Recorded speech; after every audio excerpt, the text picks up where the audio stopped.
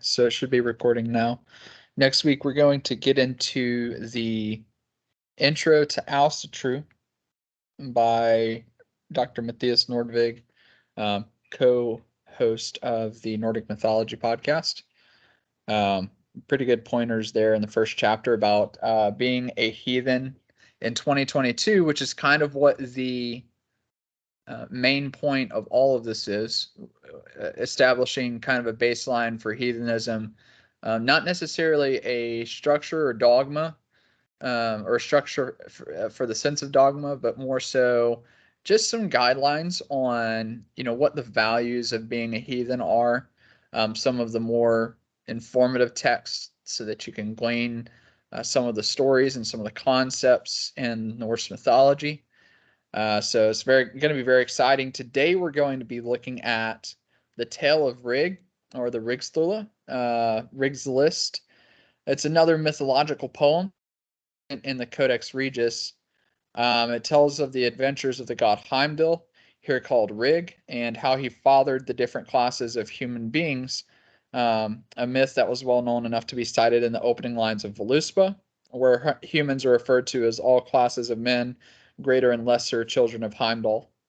So the story goes through several different interactions of the god Heimdall, and essentially his fathering of the different classes. Of course, we know that in different societies, there's different concepts or different systems within which people exist, a societal construct of classes or castes.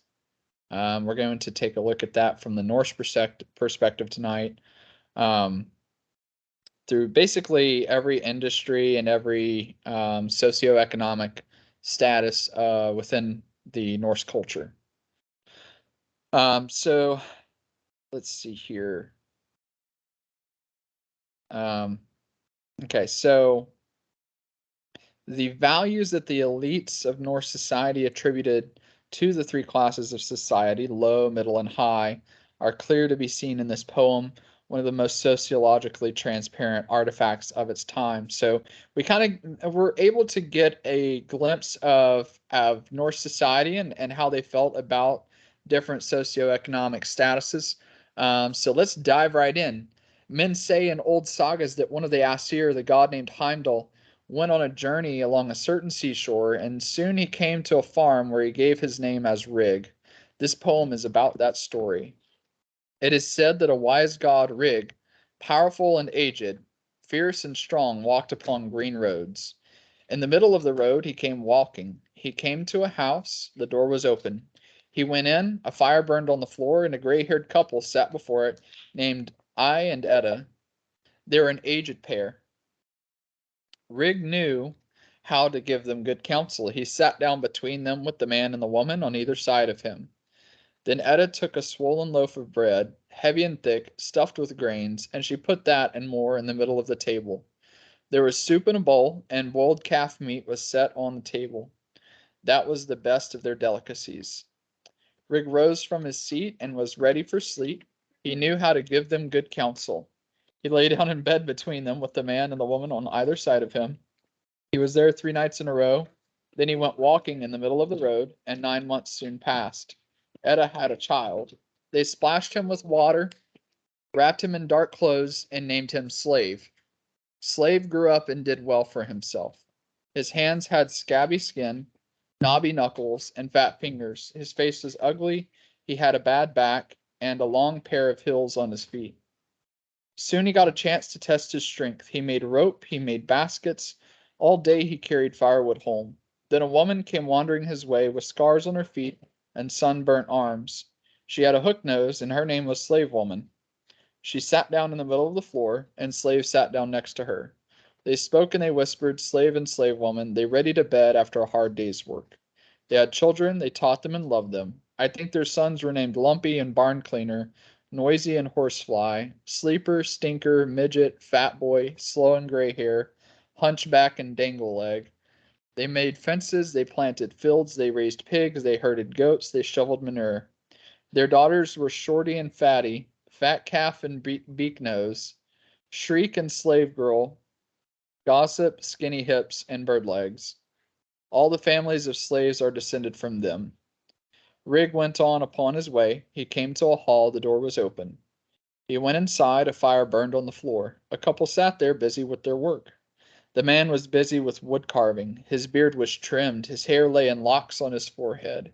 His shirt was tailored. He owned a chest of drawers. His wife sat and spun her spinning wheel with her arms. She was weaving. She had a headdress. She wore a blouse. She had a lace choker and jeweled brooches. Affy and Amma were their names. Rig knew how to give them good counsel. He rose from the table, ready to sleep. He lay down in bed between them with the man and the woman on either side of him. He was there 3 nights in a row, and 9 months soon passed. Amma had a child. They splashed him with water and named him Freeman. His mother wrapped her red-haired, ruddy child in cloth. His eyes were keen. He grew up and did well for himself. He tamed oxen, he made a plow, he built houses and he built barns, he made wagons and drove a plow. Then they brought him a housewife with her keys and goatskin clothes, and married her to Freeman. She was named In-law. She wore the bridal veil. That couple lived together. They exchanged rings. They shared their sheets and made a home. They had children. They taught them and loved them. Their sons were Manful and Fighter, brave, swordsman, and smith, stout, farmer, trimbeard, rancher and husband, sharpbeard and manly. And they had daughters with these names: Smart, Bride, Swan, Lady, Dame, Girl, Nobleman, Wife, Shy, and Vivacious. All the families of free farmers are descended from them. Rig went on upon his way. He came to a hall with the door facing south and standing open. There was a ring for knocking on the door. He went in and found the floor covered with straw. A husband and wife sat there and looked in one another's eyes. They were named Father and Mother. They held one another's hands. The husband sat and strung his bow. He bent its shaft and made arrows for it. His wife inspected the sleeves of her blouse, stroked the wrinkles out, smoothed them out. She adjusted her headdress. She had a jewel on her chest, a long dress, and a blue-colored blouse. Her face was more beautiful, her breast was more beautiful, her neck was more beautiful than pure snow. Rig knew how to give them good counsel. He sat down between them, with the man and the woman on either side of him. Then Mother brought out a fine white ornamental cloth and covered the table. She brought out thin sliced bread made of white wheat and filled the table. She set out full plates and treasures of silverware on the table, loaded with meat and poultry. They drank wine from gemstone beakers. They drank and talked till the day turned to night. Rig knew how to give them good counsel. He rose from his seat and prepared the bed. He was there 3 nights in a row. Then he went walking again in the middle of the road, and 9 months soon passed. Mother had a child. She swaddled him in silk. They sprinkled water over him. They named him Lord. His hair was blond. His cheeks were bright. His eyes were as cruel and clear as vipers. They raised Lord there in their home. He learned to hold a shield, to string a bow, to bend a bow, to carve an arrow, to throw a spear, to cast a javelin, to ride a horse, to hunt with dogs, to draw a sword, to swim competitively. Then Rig came walking to their farm. He taught Lord runes, gave him his own name, called him his son, told him to claim lands, conquer old villages. He rode then through the icy mountains of Mirkwood till he came to a hall and shook his spear, shook his shield, set his horse to a gallop, and drew his sword. He started a war. He reddened the fields with blood. He killed many men. He conquered lands. He became sole owner of 18 estates. He shared his wealth. He gave his men treasures upon treasures and good horses. He gave away rings. He did not care to hoard them. Then messengers came along well-prepared roads. They came to the hall where that chieftain lived. They presented the beautiful, soft-fingered wise girl, whose name was Eagle. They offered Lord the girl, took her to his home, married her to him. She wore the bridal veil. Then they lived together and loved one another. They increased their family and enjoyed their days. Their oldest son was boy, and the next was kid, then offspring and noble, heir and scion, descendant and successor, son and lad. Another was nobility, and the youngest was named king. They played together. They learned to swim and play chess. The sons of Lord grew up there. They broke horses. They made shields. They shot arrows. They made war. The young king learned runes, runes of fate and runes of destiny. He learned spells to save lives and dull blades to calm storms. He learned the language of birds. He learned to put out fires, to calm sorrows and induce sleep, and give comfort in sorrow. He had the strength, the passion of 8 men. Rig shared runes with him, but King tricked him and learned them better than he, and then he earned the right to call himself by the name of Rig for his rune lore. Young King rode with his arrows, he shot arrows, he killed birds. Then a crow said to him, a crow sitting on a high branch, "Why do you kill birds, young King? It would be better to mount up on your horse and kill men. I know 2 chieftains with rich halls, they live nearby. They have bigger inheritances than you have. They know how to steer ships, they know how to sharpen blades, they know how to kill men." And that is the end of Rigsthula.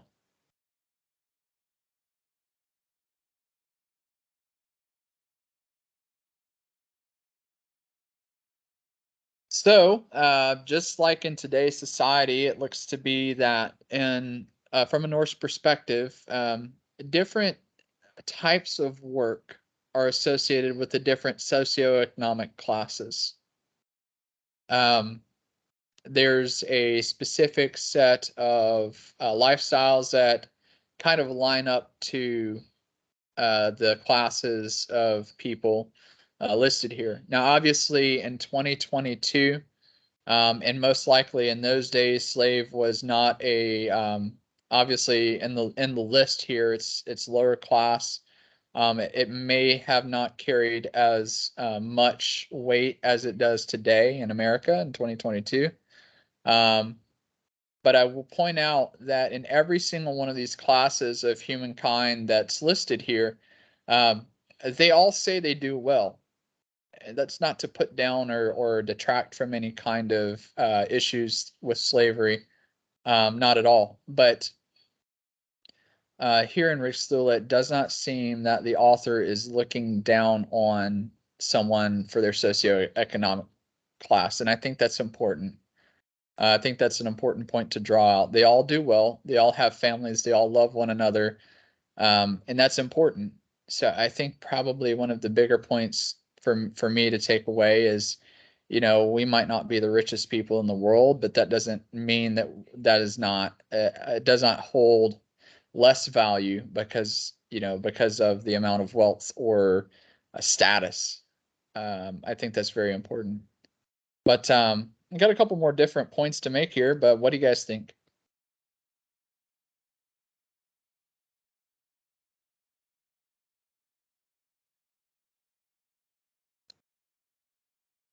Um, I think it's everything you said. Definitely, I agree with. It's the 3 classes, and I didn't get any looking down upon anyone or anything like that either.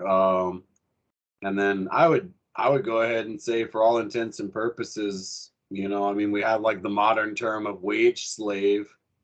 So, not things are not all that very different than they were. Whether it's no one's being held against their will, but we're still very much being held against our will. Yeah, for sure. I think, when it comes down to it, if if you could choose um, your occupation, right, and earn a living doing what you love, I think we'd probably see a massive shift in the workforce. But no, I think you know, the way that we interpret slave today in 2022 in America may be different than the way it was interpreted when the original text was written. Um, Yeah, you know, as far as I know, like, I mean, don't quote me, but like historically, I think that like the slaves that the Norse took were treated pretty well, and like almost were like part of the family, and were able to eventually get their freedom. I don't think it was anything like slavery in the American South. Not to say that makes it. Yeah, I mean, I'm not trying to say that makes it right or anything, yeah. but I think it was vastly different. They were Well, and the majority of the slaves that they took would be like, people that they raided, people that lost against them. So that's kind of different too. True. And when we look at Norse society, it's a different time, a lot different than we live today. There's less resources back then available. There's less opportunities available. Um, and when we take a peek at the other lore that we've inspected so far, there's a lot to be said for if you're in an indentured servitude um, type position, that's still a lot better than dying or um, owning nothing. I can attest to the idea that at least on the captured women's side, they were able to eventually gain their freedom, marry, like go into an actual marriage with a Norseman, probably not their captor. But there's it's a whole social dynamic that's been entirely shifted. Again, don't necessarily agree with it, but when the alternative is death, the bar is already pretty low. So the opportunity to work for someone and gain your freedom is not necessarily a bad trade-off. Of course, it didn't have to be that way if the Vikings did not raid, but um, we all grow and learn how to treat people differently and how to act differently.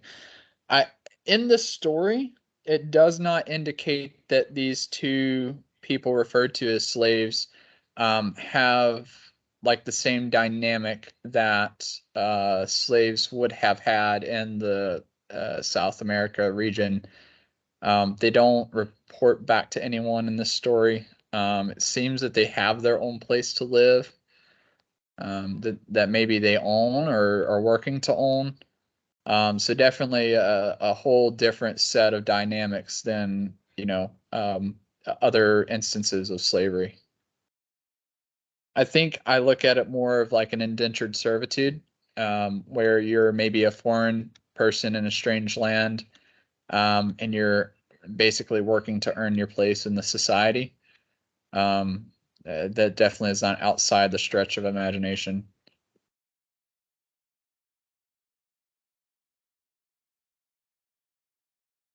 Yeah, I agree.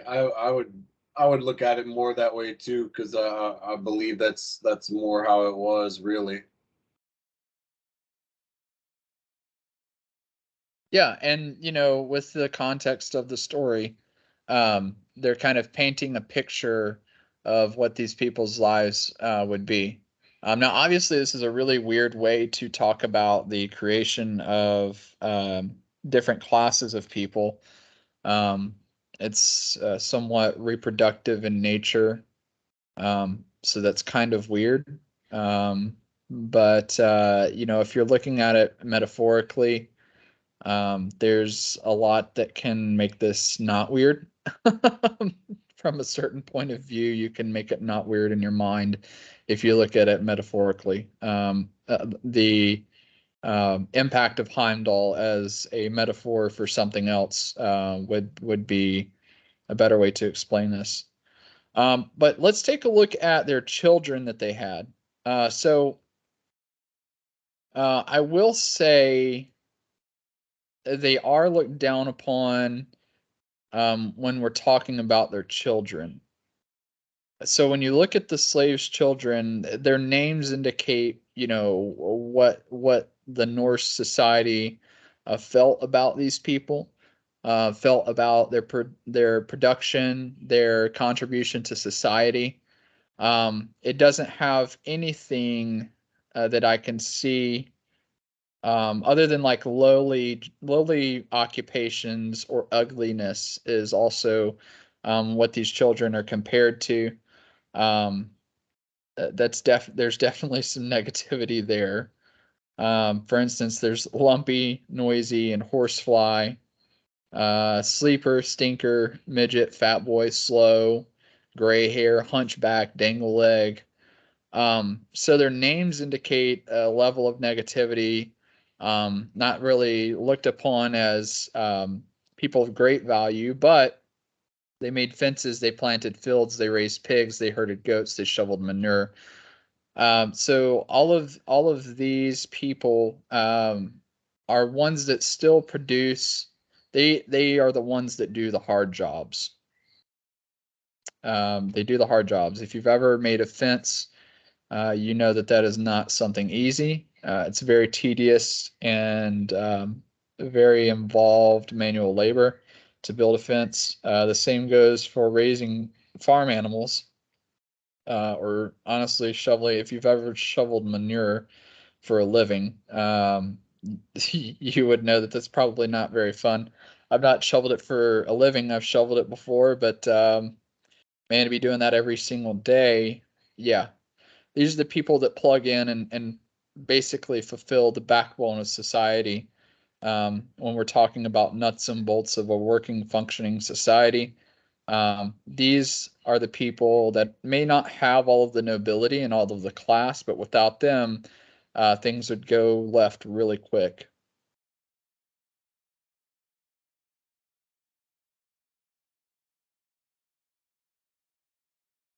And as we grow and learn as a society, of course, we're very fortunate and very blessed to um, not have to physically enslave ourselves to make our society function at that level.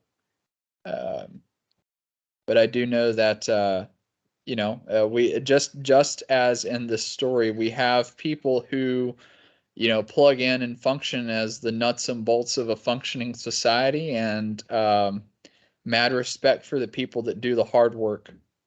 There's levels of hard, and these people that are defined as slaves, the working class essentially of the United States of America, the people that plug in, do the hard work, that the jobs that not a lot of people want to do.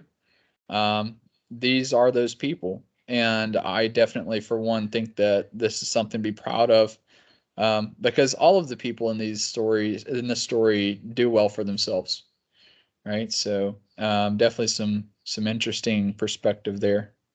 Any other thoughts about the working class here within Riggs list?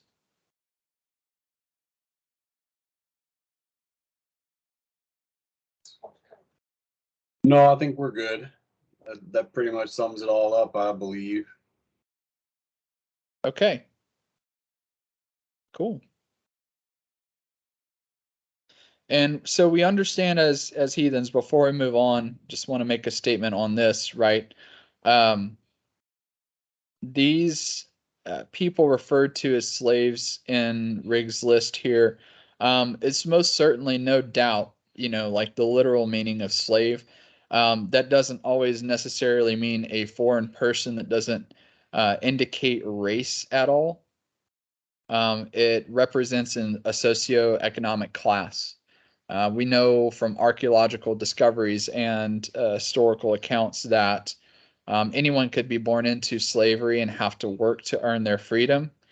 Um, so just wanted to throw that out there before we move forward, because I know that this is always something that's going to come up within heathenism. So no, it does not indicate race. It indicates a socioeconomic status, and one that we've grown from quite a lot as time has gone on. Um, Next up, we see kind of the upper middle class here, um, from, let's see here, the guy with the beard, the trimmed beard. Yes. So these two people, Afi and Amma, seem to be of like the working the upper working class, the upper middle class. Um, these people had a little bit nicer, had some nicer things, right? So obviously the guy was busy with his wood carving, so he didn't have to be involved in shoveling manure, or building fences or things like that. The story describes him as a woodworker, a very well groomed woodworker. His beard was trimmed, his hair was done, his shirt was tailored. He had a dresser, so that's really nice. He had a place to store extra things. So a little bit more on that socioeconomic status. His wife owned a spinning wheel, super cool. She was weaving, very well dressed. Headdress, blouse, lace choker, jeweled brooches. Very nice people. Seem to be a little bit better off in this story. Um, so obviously the first child that they had was free men, so we've got a very hard line between slaves or indentured servants and free people. They're associated with having a little bit nicer things, not having to work as hard, which is nice. That's a nice place to be, I think. Um, they had more children. Let's see here. Yeah, the first so within this story, within this part of the story, you actually have your first official wedding, right? And they make a strong point to call out that Freeman, Afi and Ama's child, was married to someone that was named in-law, and this lady wore a bridal veil. So these people are in a socioeconomic status where they could go above common law marriage and actually have an official ceremony. Um, so out of those two, the grandchildren are who we want to talk about. So these people, well fed, well taken care of. Um, Looks like the grandchildren here are going to be part of the shield wall, part of the higher functioning society. Um, you've got manful fighter, brave swordsman, smith, stout farmer, trimbeard, rancher, husband, sharpbeard, manly. So when we're talking about these children, we're almost talking in an adjective sense. So these are descriptors of these classes, right? So when we're talking about this upper middle class, they represent those core values that were expected, that we celebrate, that are nice qualities to have in someone, right? So a little less stigmatized view on this upper middle class once you get to the freeman socioeconomic status within Norse culture. Um, and of course, the ladies here, the daughters, smart, bride, swan, lady, dame, girl, nobleman, wife, shy, vivacious. Um, and these are the descendants of what the Norse would call the free folk, the free farmers.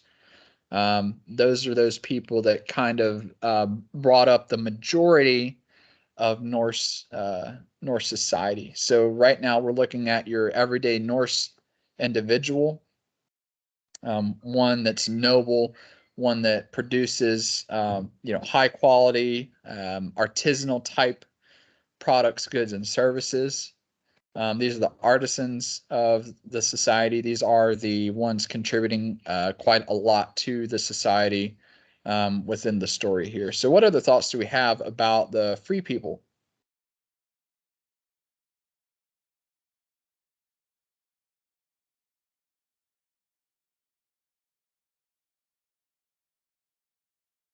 I can't think of too much here.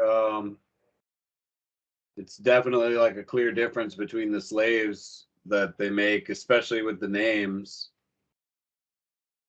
Mm-hmm. Other than that, I mean, it seems pretty straightforward. For sure.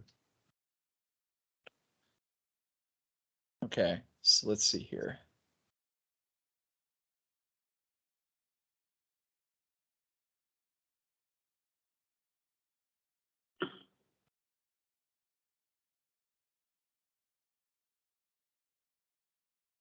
Just looking to make sure I'm not missing anything else. Then okay, so yeah, we can move forward from here. Not a lot to say about this one other than this is kind of like the sweet spot. This is kind of like the middle ground for Norse culture. a lot of your common people, common folk, would fit within this category within Norse culture. Of course, they had slaves in that time. It didn't seem to be an overtly large amount. I could be wrong, and if I am wrong, I'm 100% okay with that, because we know that societies function differently. But within the stories from which I've read so far, it doesn't seem to be as prominent um, as other examples within history. We get to the upper class. These are the people that hardly have to work at all. Um, let's see here. Marlene has something to say. She says it depicts a similar concept to the modern idea of generational wealth or trauma. You tend to stay in what you're used to. I agree. This is also a good descriptor of privilege, what you're born into, what you have to work yourself out of, and what level of you know what level of work you'll have to do. Yeah, it's a very important point. Let's see here. Yeah, so when we get to these people, this high class named father and mother, they have enough time to hold each other's hands, to string up a bow, to really inspect it and make sure it's high quality. The lady of the house is making sure that her clothes aren't wrinkled. She's making sure that she's presenting the best picture of herself, adjusting her headdress. She's wearing jewelry, which is a significant point here, and a blue colored blouse, which, if we look back to those times, dyed fabrics that were of abnormal color, not really earth toned, indicate a certain level of wealth. So for someone to have a blue colored blouse is definitely rare. Definitely signifies money. It definitely signifies a differentiator between your everyday citizen and the nobility class or the upper class. A couple of physical descriptors on the wife. She's looks to be very attractive. Um, and when we get to, what the common theme was in this story, where Rig is sitting down to have dinner with these people, um, this lady brings out a fine ornamental cloth and covers the table. She also has looks like white, like sandwich bread, or white wheat bread, at least, very refined. That would indicate like a very refined process for the wheat. So they're not eating what the common people would eat. They're eating something a little bit more processed, which again was a privilege in the day and age. Silverware, meat, poultry, drink wine from gemstone beakers, and had the leisure of talking pretty much all night. Um, which, the author here is heavy-handed on status again with these descriptors as well. When we look at the children, um, the very first child was named Lord. Um, was married to, let's see here. Yes, the beautiful soft-fingered wise girl who was named Eagle. Their children, kid, offspring, noble, heir, scion, descendant, successor, son, lad, nobility, and the youngest named King. So, what are those children up to? They played together, learned to swim, and play chess. So, broke horses, made shields, shot arrows, made at war. Um, so, not necessarily productive to society, but enjoying perhaps generational wealth or, a higher status within Norse society.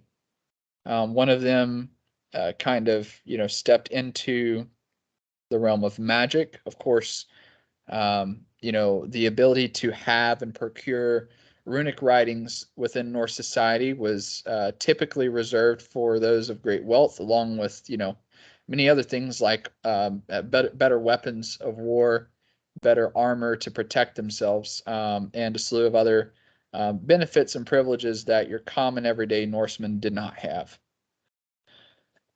And of course, the end is a somewhat magical encounter with a crow, call to war. So these are the people whose claim to fame would be those great warriors, the very wealthy individuals who may not necessarily contribute anything other than that to society, and that is the upper class. So we've kind of covered through all of the different, kind of wrapped back around and taken a peek at these different classes.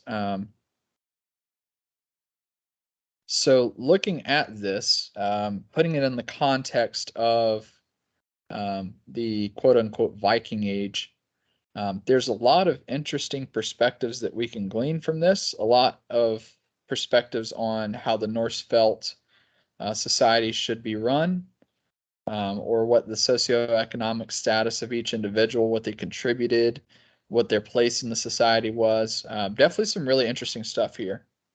And probably, in my opinion, one of the uh, better looking glasses into Norse society.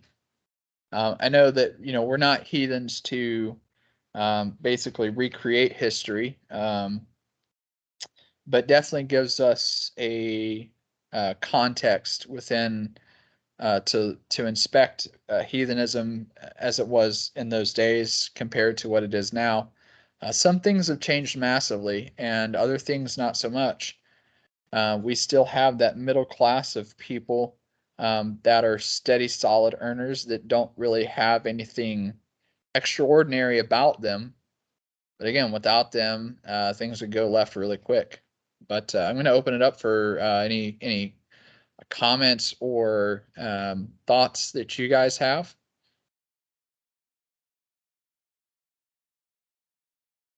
There's one thing I find kind of interesting is that they attribute their fate or their places in life to the actions of a god rather than like, their fellow man, where the people in power take control and keep them that way, like the way we see it today, and realize all the billionaires and everything are basically running the world.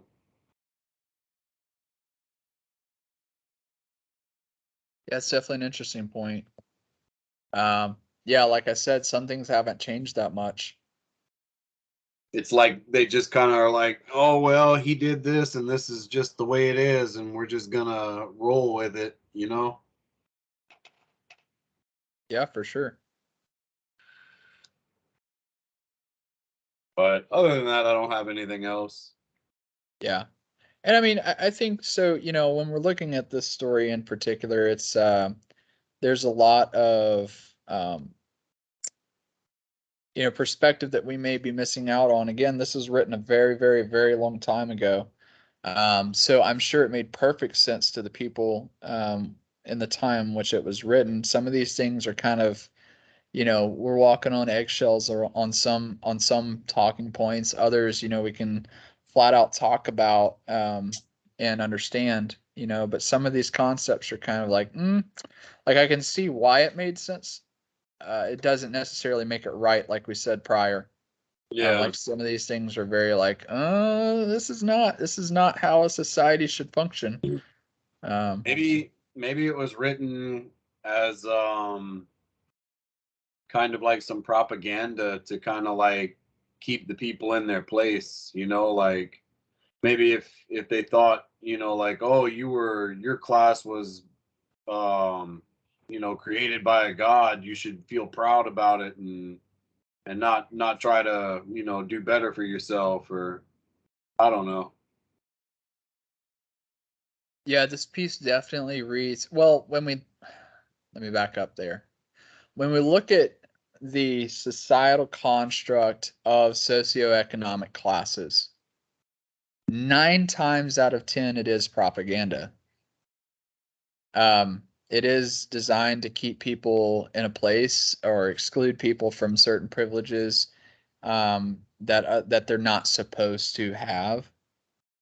So yeah, this piece definitely reads more along the lines of propaganda, and because this isn't like a holy text and it's more lore and perspective, we can say that. Like no one's going to come after us with pitchforks and torches. Um, but no, it's definitely, um, it's definitely this definitely does read more along the lines of propaganda, or it can be read that way. I think for the purpose, like face value purpose of this story, is a creative way to talk about why people end up in the places that they're in, and of course attributing it to a god rather than the functioning or dysfunctioning of a society, is a great scapegoat. It's a great scapegoat to avoid the extra effort that it would take to get everyone to that middle playing field, because I think that's probably the most desirable is that middle playing field, to be able to pull people up and pull certain people down, is a great recipe for turmoil in any country.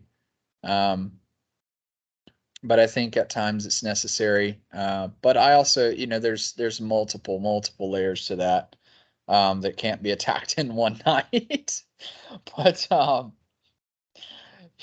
when we're talking society, it's a really interesting perspective that the dirty jobs, like we literally in 2022 already have a recorded TV series about dirty jobs, and how these people aren't hyped up. They're not.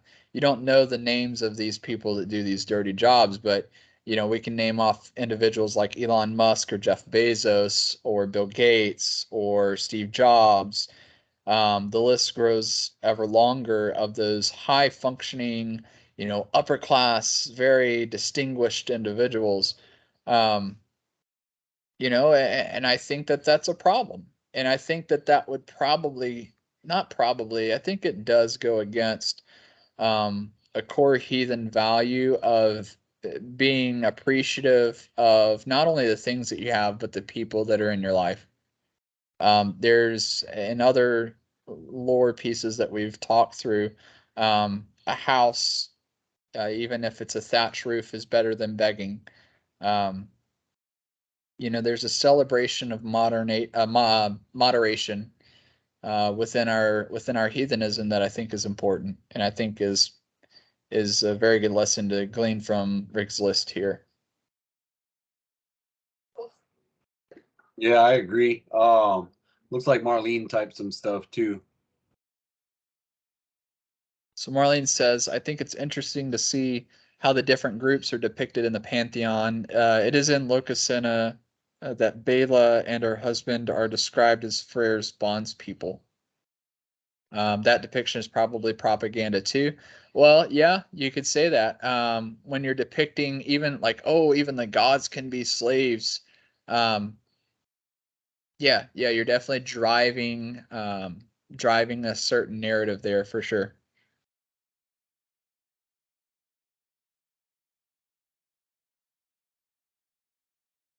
We got somebody else typing in here. It's really good conversation so far. It's interesting to kind of take a step out of it and look at it from the outside and just compare it to our lives here today. There's some really stark really concerning things that have not changed. The disparity in wealth is still the same, and that can be a problem. If not way more. Yeah, yeah. They, I was reading the other day that Bezos is supposed to become the world's first trillionaire by next year.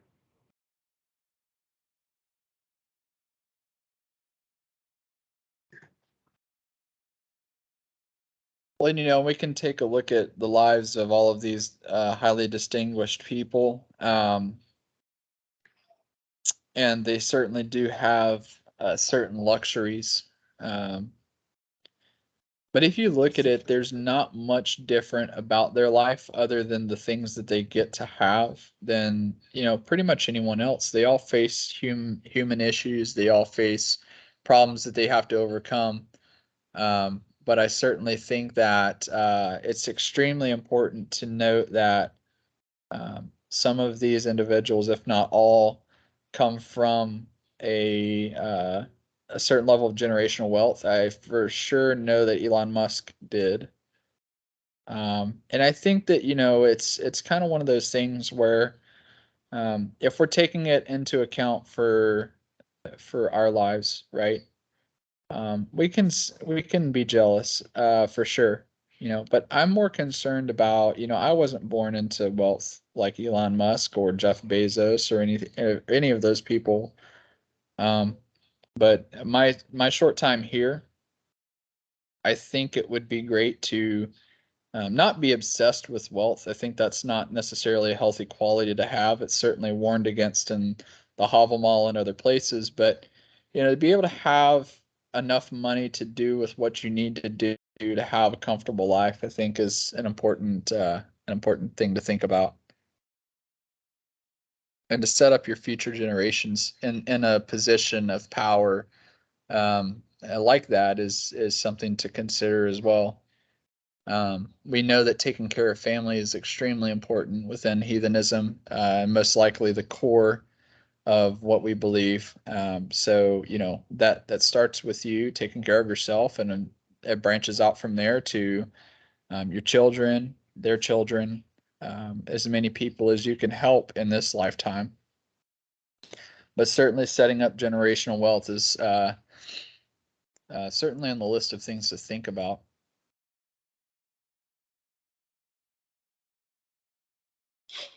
Yeah, for sure. And it doesn't have to be material either. I think if you can set up your life or your generations with some really strong values to live by as well that help them be successful. I mean, if you can't give money, at the very least, give good, strong values to your family. That I think should be promoted above all else, because if you're in the business of raising up productive members of society that stand against wrongdoing, that always fight for what's right, always look to take care of themselves and their family, there's no greater treasure that can be set than a good wealth of wisdom.